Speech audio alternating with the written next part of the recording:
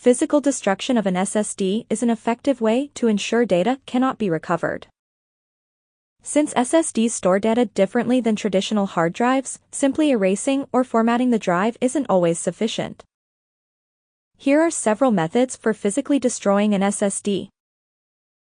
Shredding. Use an industrial shredder specifically designed for electronics.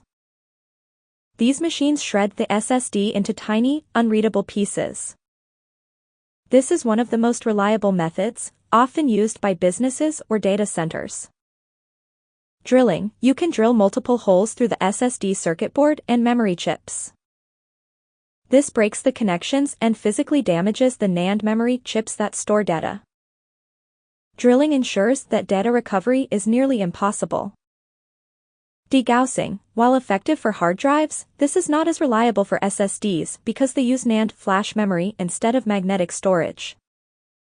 Avoid using this method on SSDs.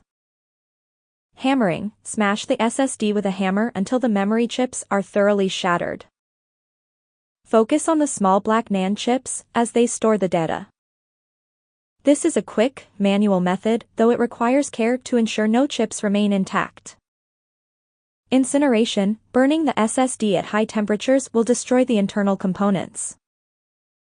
This method is effective, though it requires access to proper facilities to handle electronic waste safely.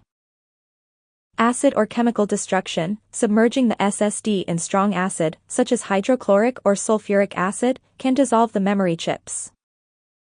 This method should only be performed by professionals due to the dangerous nature of the chemicals involved.